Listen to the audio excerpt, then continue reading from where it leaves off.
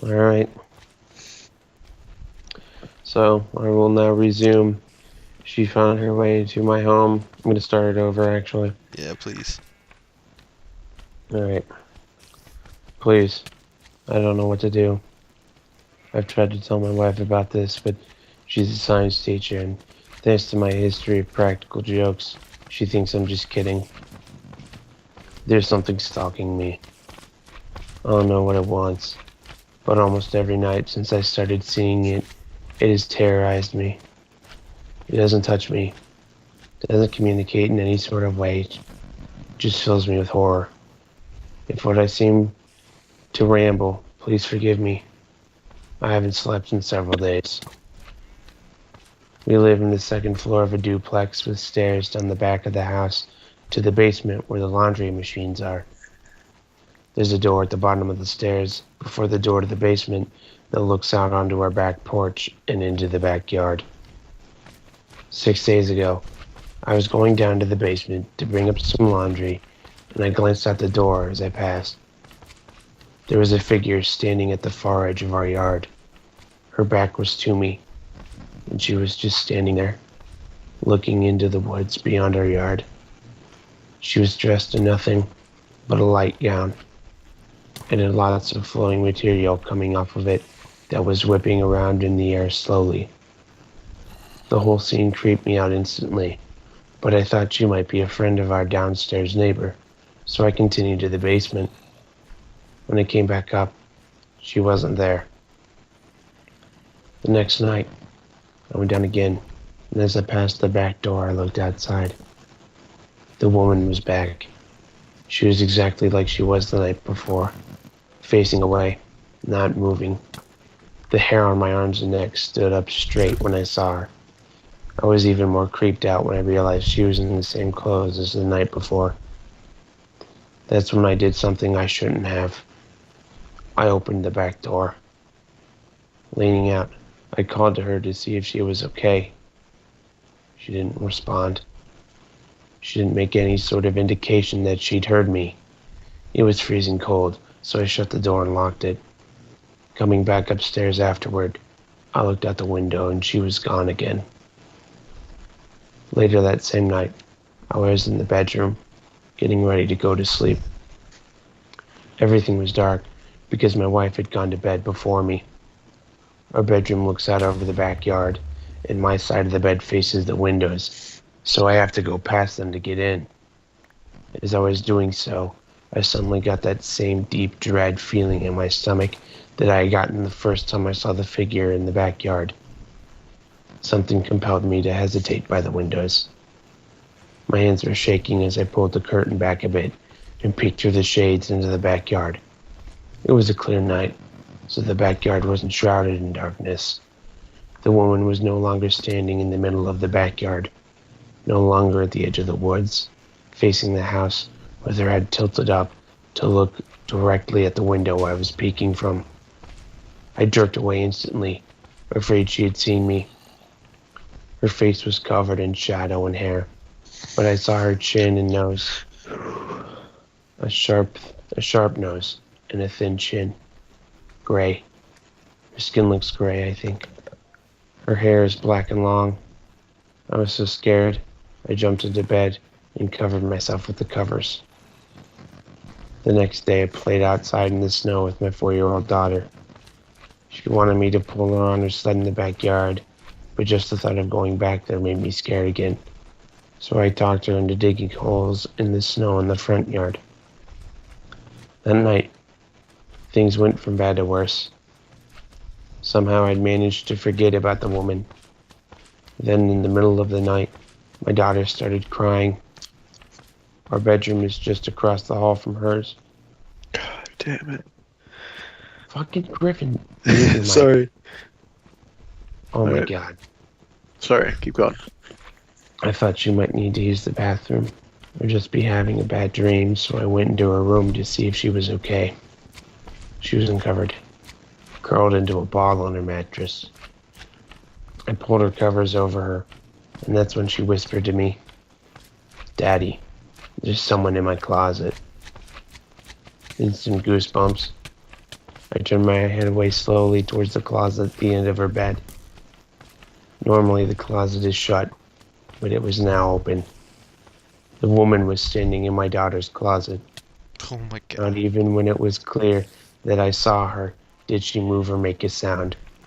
Just stood there and looked at me through the cracked open door. My blood ran cold when I saw her. "Get up," I told my daughter. "Get in my arms, quickly." She scrambled up and hugged me tightly, and I walked backward out of the room, watching the closet the entire time. In my mind, I imagined her throwing the closet door open and running at us, arms outstretched. I just hugged my daughter and walked backward into my room. The woman never appeared in the doorway. I heard no movement from my daughter's room.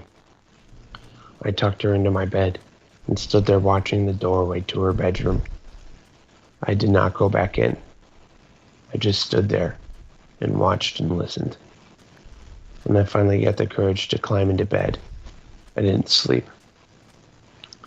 Sunday, I told my wife everything. I told her about the first time I saw this woman. I told her about calling out to her and seeing her from the window. I told her that she had appeared in our daughter's closet.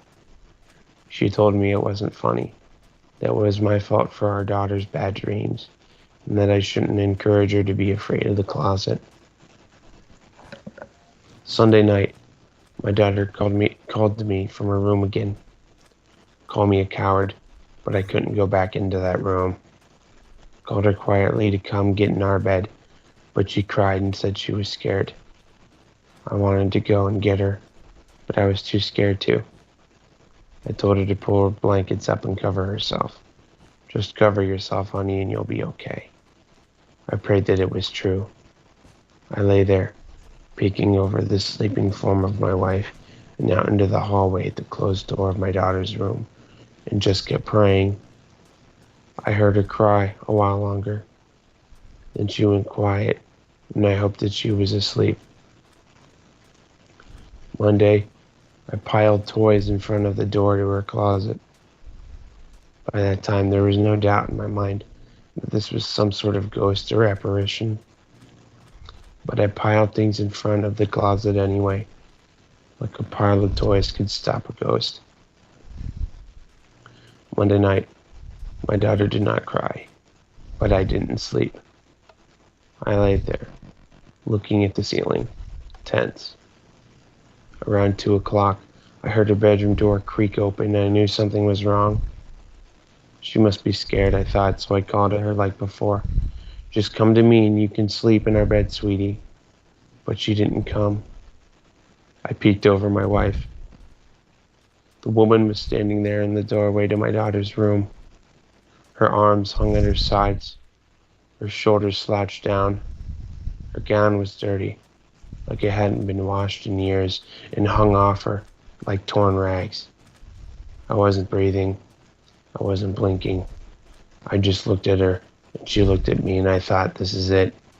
I'm going to die. She never moved, never made a sound. I whispered, "Please go away. Please leave me alone. Please, I'm sorry." I couldn't look away. If I look away, she will get closer. I was sure of it. If I close my eyes when I open them, she'll be standing over me, looking at me. At some point, she was gone. It's like I fell asleep with my eyes open. I don't remember her disappearing, just that I was looking at the doorway and she wasn't there anymore. Last night, I lie awake, waiting. I asked my wife to shut our bedroom door because the night light in the hallway was keeping me awake. It was stupid. I don't know what I was thinking. Like clockwork, I heard my daughter's bedroom door creak open. I held my breath. Then I heard the floorboards in the hallway creaking, and I started shaking uncontrollably. I heard her bedroom door open, and I knew she was standing there in the doorway, not moving, just looking at me. I didn't look. I couldn't. I did what I had told my doctor to do and pulled the covers over my head. I am a complete mess. A zombie at work. I don't want to go home anymore. I think I see the woman in other places. A glance while driving, and I think she's sitting in the passenger seat of the truck behind me or standing down the street as I drive off. Just sitting here at my desk. Someone passes by and behind me, and I jump. I'm afraid that if I turn around, she'll be there, waiting for me to look at her. What if I saw her face? I don't want to see it. I don't want to see her anymore, but I don't know what to do. The only hope I feel is that, for unrelated reasons, my wife is talking about moving, but our lease isn't up until May. I don't know if I can hold out that long.